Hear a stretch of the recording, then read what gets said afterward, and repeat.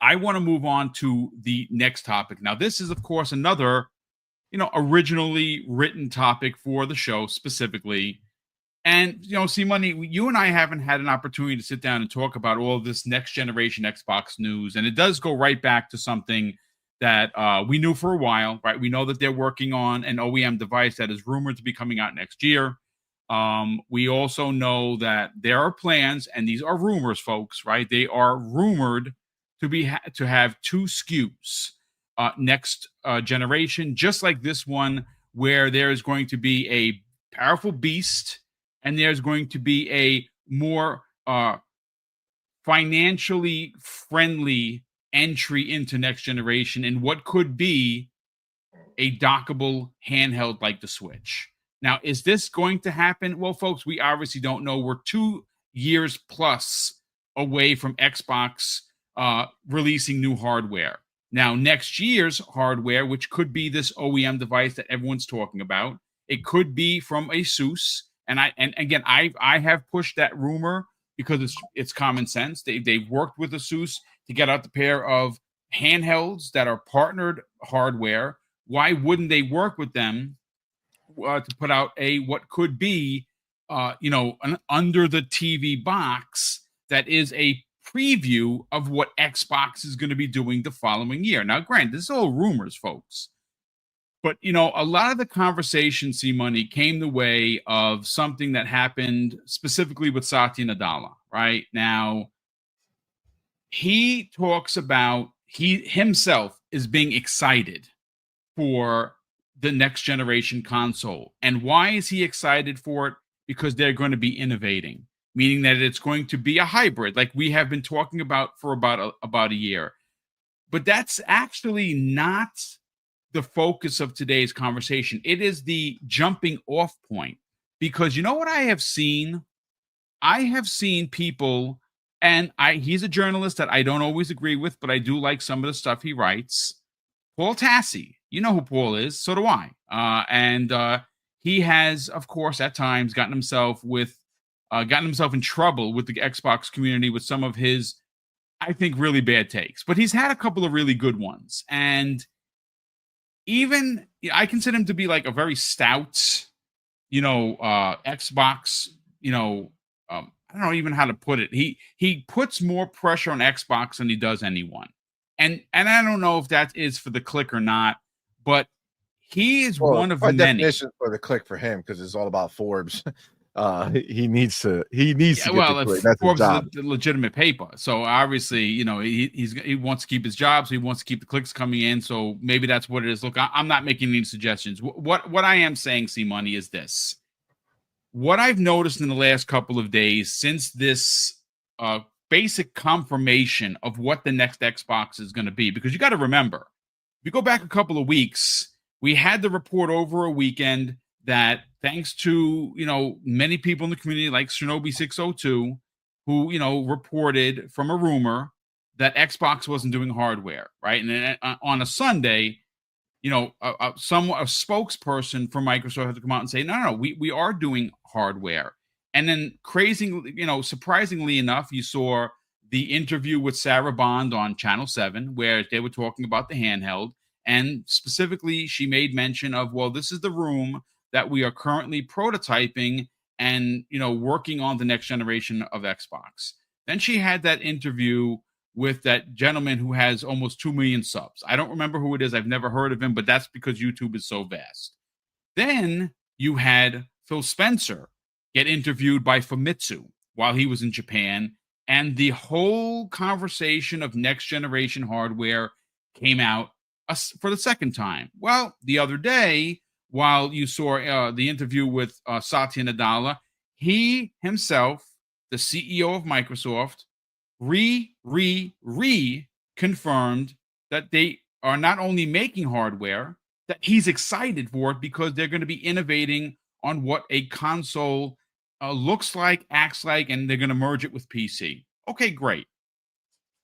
Since these three situations where it was interview after interview after interview, C-Money, I have been seeing a lot of conversation within the games community about excitement for the next Xbox. And one of the stories that popped up right before the Satya Nadella interview was something that was written by Jez Corden of Windows Central. And he referred to hearing that the online or the multiplayer paywall was potentially a decision that was going to be removed from the new consoles. And it makes sense why that is. We're not going to get into that in particulars, but again, another jumping off point. Well, I saw Paul Tassi talk about his excitement that if this is the next Xbox, they might actually have something. Xbox news for Koreans on Twitter. I follow them. I think they follow me. They said this: if the next generation Xbox supports all PC games, including Steam, offers the convenience of a console, features a design that fits seamlessly on or next to a TV stand or desk, and can also function like a regular Windows PC, it has all of the right ingredients to attract interest from where, see money, Asia, which I've been saying for years is their forward thinking. Yes, they know that Xbox has a big following here in the States, but with Play Anywhere, with being able to, like we talked about earlier, you being able to decide where you want to play your PC, your tablet, your TV, your new handheld, or the new Xbox, you're going to be able to pick up and play anywhere without problems. Play Anywhere is the stepping forward that they're looking for. I think that this next console, see money, because of the direction, and again, this is a lot of moving parts. So of course I could get something wrong, and if I did, so be it. I'll be the first one to come out and say I got it wrong. But I don't think that I am, see money. I think what they are doing is marching forward on what could be a defining step in what Xbox does in the future, where it's going to look and act like a console, but be very different in the way that it interacts with other stores like Steam, like Epic, like Good Old Games. And you're going to get the convenience of console, but you're going to get the power of PC. I think that they are years and years ahead of Sony. I want to get your thoughts on this, man. I mean, I mean, they're changing everything, right? They're changing, they're leading as always. Look, at the end of the day, we already have what next gen essentially is going to look like in our hands with the Xbox Ally X. Yes. We already have it. Those of us who have it already see how this works and already see how beneficial it is and how it's going to change gaming for forever for console gamers, right? PC gamers already had this scenario, but Xbox gamers are now going to be in a world where Xbox has to compete with the other stores, right? Just like Steam did when it was coming up, right? Any store on PC is capable of existing. People can buy their games from whatever store that's there. People can run their games or whatever, on whatever platform exists on PC. And Xbox now will have to do that, right? Xbox is going to have a way of allowing people on a console to access these stores that live on PC, right? And the thing is that for the vast majority of people, I think this is an important thing. This conversation they're having is with the hardcore players, right? With the hardcore people, the people who follow this, right? People who follow the industry. The vast majority of people who go to pick up the next gen Xbox in the future are never really going to even know that they're going to be going into a PC space, right? The vast majority of people, even if they know, will have no interest, right? They'll pick up their Xbox, they'll buy their games on the Xbox store, they'll load up their previous purchases and just play on the box like normal. But essentially what this next gen is going to be the consoles you have now and that you know and love, with the back door left open, right? They're going to make it where before Windows was running the Xbox, right? A form of Windows, right? Is running the Xbox. It's just closed off, right? It's all the back end, and the front end is what you see in as a console, right? When you turn on your Xbox, it loads into the Xbox dashboard, and everything happens in that space. And they adapted settings and all these things into this UI that works well, and it's intuitive and it's easy to use. You're going to have that same exact experience in the next generation, except when you go to that browser that exists in the Xbox experience, you go to your Edge browser, you can go to Steam and download Steam. And instead of getting some type of message or, nothing happening when you click it, it's going to download it, and it's going to, allow you to open it up, and it will populate into a new full screen, just like if you were opening a game, right? The full screen will take over the UI, and you'll be in the Steam ecosystem right there. And then from there, you can purchase games, download games. Then when you go back to your Xbox dashboard, those games will now be visible on your dashboard, and you'll click them just like you click any other game. And in the background, and again, we've already experienced this with the Xbox Ally X. In the background, it'll open Steam, it'll do everything that Steam needs to do in the background, and you'll get this little square on your screen that says launching game.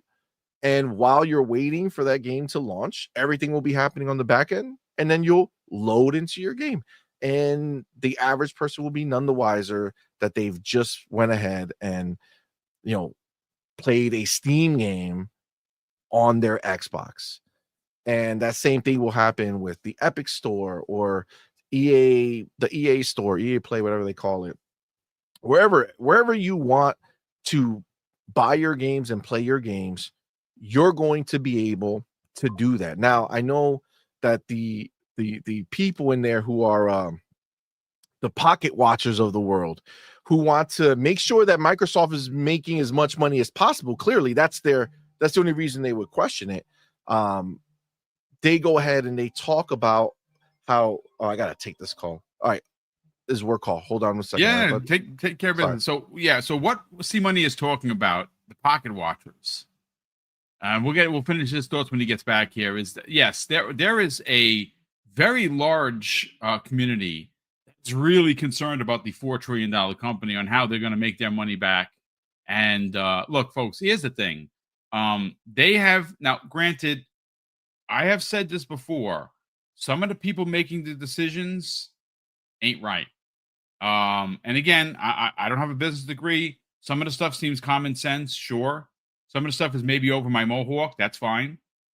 But I do find it odd that there are so many people pocket watching specifically Xbox, and that's besides the community.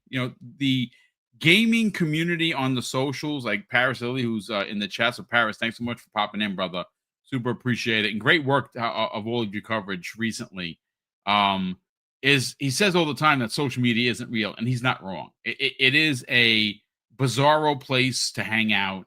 I do my advertising for the show. I interact with the community. I block and mute the trolls because I ain't got time for that at 55 years old.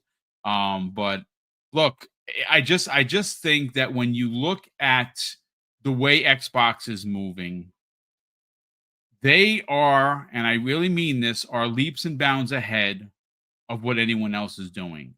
Sony is the current market leader when you talk about console sales. But really, when you start talking about money, and I'm not here to talk about money because I don't give a shit, folks. I'm not here to worry about how much Microsoft is making. What I'm concerned about is what they're putting into Xbox Game Pass.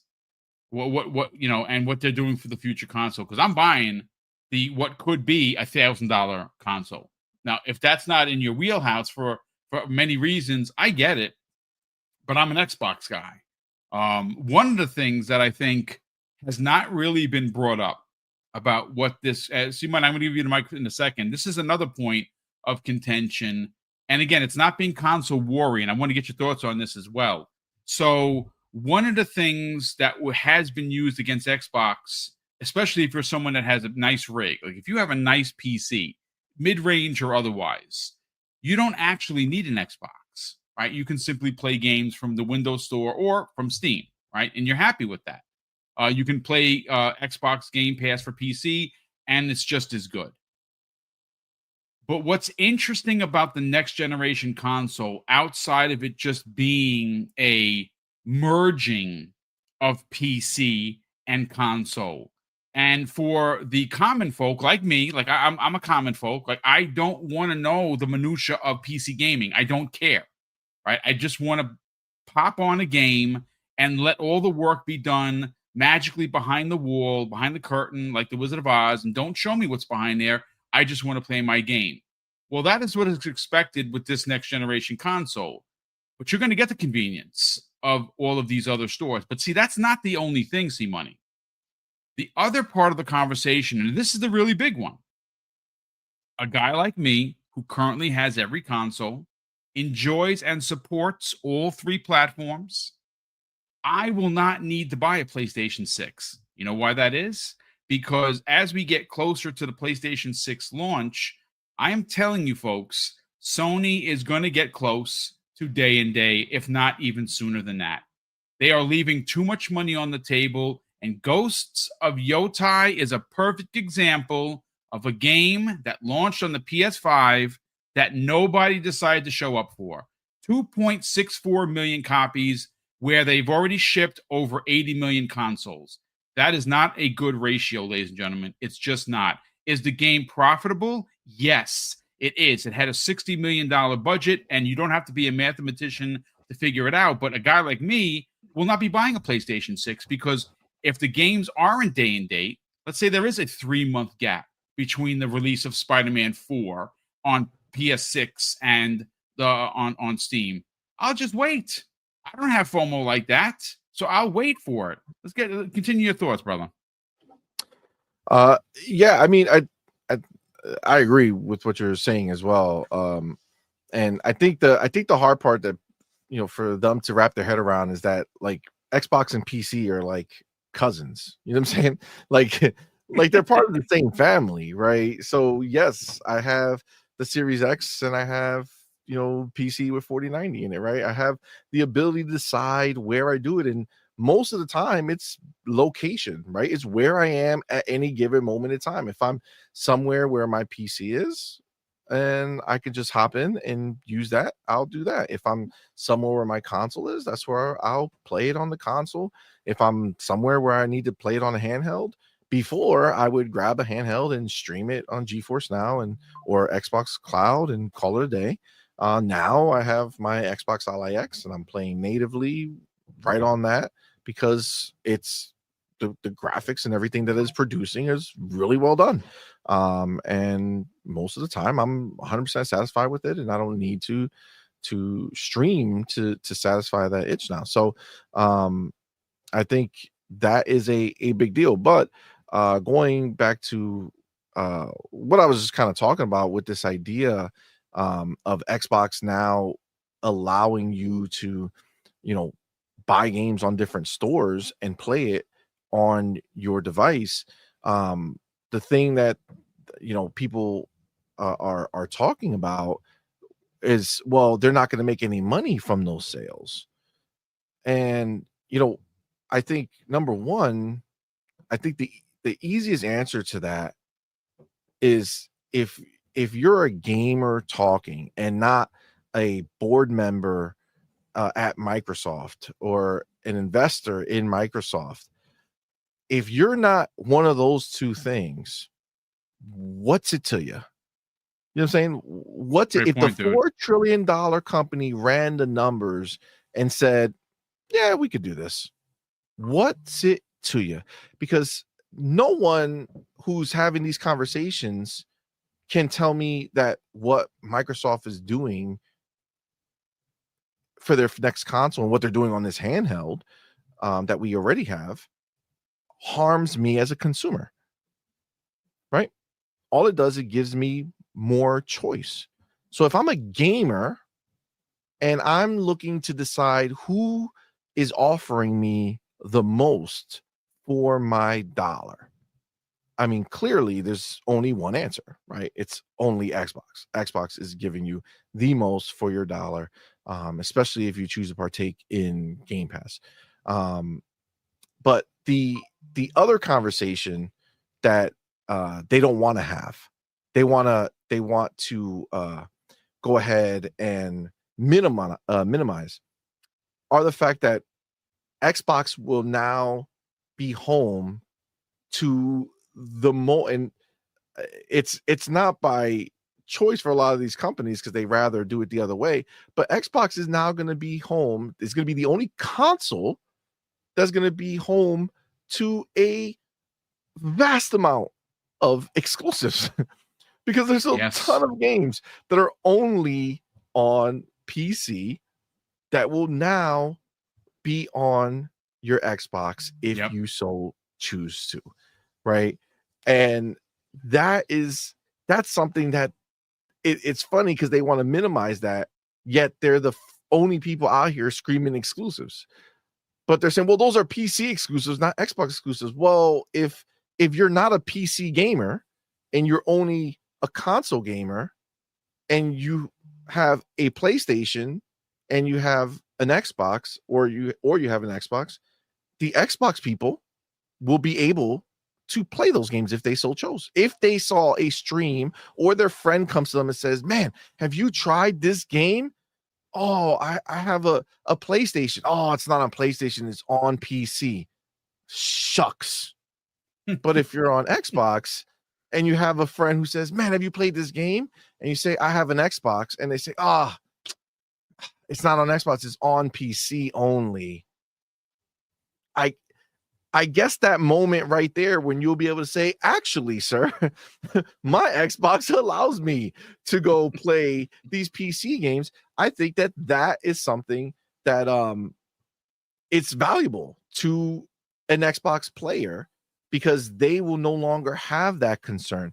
When PlayStation games get announced, and you see how I called it a PlayStation game, but PlayStation games get announced because it's not announced for Xbox, but it's announced for PlayStation and PC, that conversation also goes away, right? There's no more a scenario where an Xbox person has to worry about if a game is announced, is it going to come to our system? Outside of PlayStation themselves, which they've already been telling everybody that we're putting ourselves everywhere, right? We saw they hired for Xbox, people to bring games over to Xbox. And that was as like a company-wide scenario, but we also now know that they are hiring people for individual studios. Like in studio now, they want people that are going to focus on PC because they're moving away, for PC at least, moving away from it being a port to PC to it being natively designed in-house for PC, right? So with all that being the situation, and you now get to look at it from that broader scale, the very things that PlayStation people who go out there and they spend all their time talking about, they choose to ignore the reality of what this is actually going to mean for Xbox players. Now, again, the idea of exclusives and all that stuff, it doesn't matter. Xbox is providing its gamers with tons of games, and they're putting their games wherever so that those games have the best chance to succeed, the best chance to live on in future sequels and spin-offs and things like that, right? If they get a big foundation, a big fan base for a certain game, you can go ahead and invest more, right? Satya told us that the margins allow for that, right? That's why they're pushing forward and they're making sure that margins go up. If you guys all forget, they try to single out, Satya for talking about margins, and everyone wants to act like Hiroki Totoki didn't come out and say, hey, these studios we have, they're good creatively, but they don't know how to make money. Thank you, sir. So we're gonna make them make money. And that's why we're in a scenario where you see nothing but these par down sequels, right? Games that I truly believe when I bought a PlayStation 5 that they were going to move things forward from where they were, not stay in the same place. And they're staying in the same place for monetary reasons, right? It's Hiroki and the gang saying, "Hey, you're not going to spend that much money on making all this stuff look better and play better and be better because we're not going to make any more from it." And that's a different world that you don't really want gaming to go into, but that's where they are, right? The dollars matter. And Xbox is doing what they have to do to keep things going. And at the end of the day, with Xbox moving in to this new cycle of next generation, they're bringing gaming as a whole with it, right? They're making it where more people are going to be more successful as developers because their games are going to be able to have access to a whole different group of people who, if their game was only on PC, and you now have a group of people who are going to buy an Xbox because that's the console they choose. Remember, that number may not be 80 million or 90 million or 70 million, whatever that is, but it's at least 25 to 30 million. And from what I have seen, there's not many games that sell 25 to 30 million copies, right? Yeah. So as much as people might try to treat it as if it's an insignificant number of people, until the vast majority of games are selling more than 30 million, having 30 million chances is still a major deal. And that's why all of these games are released, and the vast majority of them are released everywhere. The amount of games that are missing Xbox are a handful, right? Like, this is really not that many. And now going forward, Xbox eliminates that conversation. That's the future that I am excited for. I'm excited as a gamer to get the most bang for my buck and to have the most access. You know, Farrell and I were talking on the show on Tuesday night, and you know, we were saying, and it's really true for me, that the handheld is almost becoming my preferred way of playing. I'm very much enjoying it. Like, I'm spending a lot of time on that thing, and I'm getting my money's worth. I'm glad to know that you are as well. Yeah, absolutely. I play most of the time on it now, and I'm playing everything, no matter what it is, shooters, anything, because it's all native. If the controller is essentially an Xbox controller, so I'm in my element. Yeah. I have the back buttons exactly what I need, so I got the back paddles, so that works for me too. So everything that I'm looking for is in my hand. And for somebody like myself who does have PC games, and you know, I am able in that one device to go from playing my normal Xbox games that are on the Xbox PC app, but then I'm also able to play my games on Steam. And, you know, we reviewed Dying Light, the Beast, and they sent it to me. I wanted it on Xbox. They sent it to me on Xbox, but there was a glitch, so it didn't unlock. So they sent me the Steam code, and I did my review on that, and I played there. And similar to Outer Worlds, you know, I went back and I'm playing more of the game that I missed out on because I couldn't do everything, because I really enjoyed that game. And I'm literally able on my handheld, my Xbox handheld, I'm going from my Xbox games that I want to play, and I just switch over to Steam games that I have downloaded because I can and I want to. And it just makes the experience so much easier for me. And I could just extrapolate from there. Once I have that console that is also my PC, I can easily just go from my console games to my PC games all in one spot. Yeah, that's the dream. That's the dream. And these people who go out there and take your excitement and try to shit on it by saying things that don't matter, that are irrelevant. Oh, they're just PC games. Oh, you have no exclusives. Fam, I am so far beyond that, and it hurts them.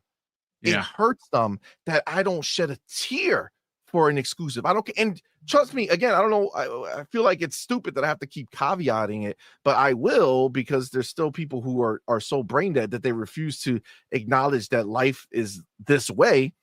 Yes, I was a hardcore person into the exclusive games and all this shit. Yes, that's what I was. But you know what? I don't I don't have to be defined for the rest of my life on decisions that for me at that time made sense. You know what? Right now, they don't make sense. My life as a gamer is fulfilling. I could play wherever I want, however I want. I don't care if Sony makes money. I don't care if Microsoft makes money. I don't care. I don't subscribe to Game Pass to give Microsoft money. I subscribe to Game Pass to play all the fucking games that I get. Yes, That's and you why get I too many of subscribe. them, to be honest with you, and that goes It, back to it is. It's a time. crazy amount.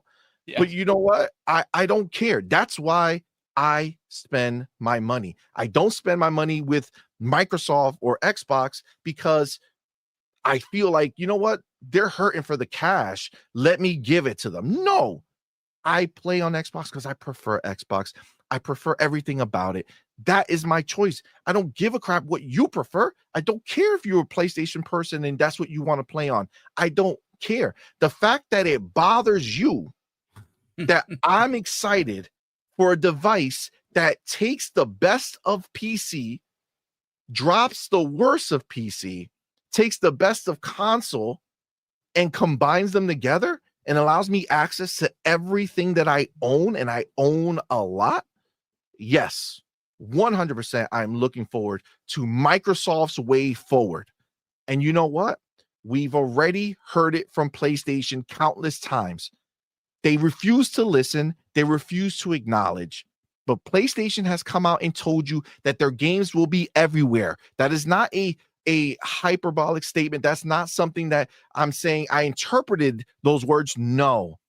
From They years literally ago said now, it. they Yeah. said our games will be ubiquitous. It will be everywhere that you can compute. And that's where they started. And then time and time again, there's been interviews and interviews where they've been saying that this is going to happen. And guess what? A game launched day and date on the Switch. People ignore that. No, that was a one-time scenario. They'll never do that again. Okay. You mean Lego? You mean Lego Horizon was forced Lego Horizon, by Lego? Yeah, absolutely. PC. How many games have they launched day and date on PC? Oh, well, that's just live service. Oh, okay, cool. Helldivers 2 on Xbox. Got it. No, that's just that one game. That's just a live service. No. It's everything is an excuse for them because as soon as all those narratives go away, they have nothing to talk about, nothing to discuss because their platform of choice is silent and does not deliver them enough games over the course of the year to have a conversation about PlayStation. You can have conversation about games in general. Sure, that will also be coming to PlayStation. Sure, but if you enjoy conversating about PlayStation, you have nothing to talk about. Yeah, it's true. And even when they give you something to talk about, like Ghost of Yote, it's one episode of conversation, and then they're back to talking about Xbox only, right? That's it. That's a sad place for them. Thankfully, we have so much to talk about, and as long as they keep talking their nonsense, we also have that too. It's a double. We have the double whammy. We can talk about whatever we want, right? We're eating well over here. It's a great time to be alive for Xbox fans. And frankly, I think PC gaming, and obviously we know Satya came out and said Windows is one of the biggest platforms. Yes, I know mobile is huge too, but I think he's talking about people who want to actually play real games, right? Not the mobile. Not that mobile games are not real, but they're cut down versions of console and PC games.